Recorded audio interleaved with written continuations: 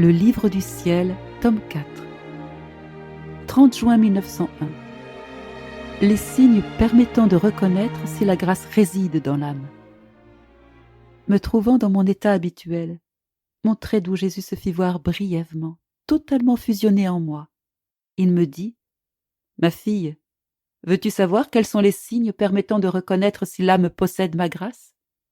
Je répondis : « Seigneur, fais comme il plaît à ta très sainte bonté. » Il poursuivit : « Le premier signe pour savoir si l'âme possède ma grâce, c'est que tout ce qu'elle peut entendre ou voir à l'extérieur d'elle et provenant de Dieu lui fait éprouver intérieurement une douceur et une suavité toute divine, qui ne peuvent être comparables à rien d'humain ou de terrestre.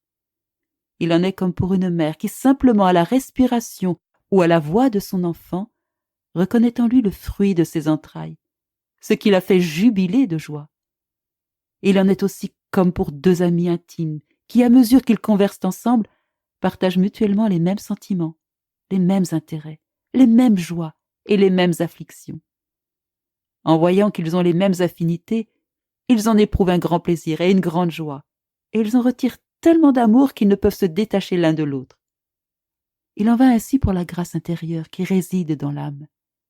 Lorsque la personne voit extérieurement le fruit de ce qui l'habite intérieurement, elle éprouve une joie et une douceur si grandes qu'elle ne peut l'exprimer. Le second signe est que le discours de l'âme qui possède la grâce est paisible et a la puissance d'implanter la paix chez les autres, alors que le même discours dit par celui qui ne possède pas la grâce ne fait aucune impression et n'apporte aucune paix.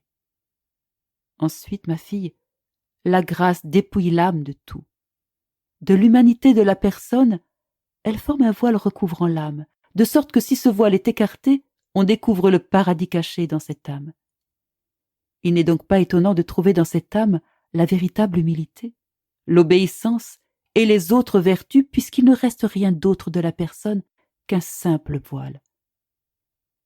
L'âme voit clairement qu'à l'intérieur d'elle, il y a uniquement la grâce qui agit et qui tient en ordre toutes les vertus.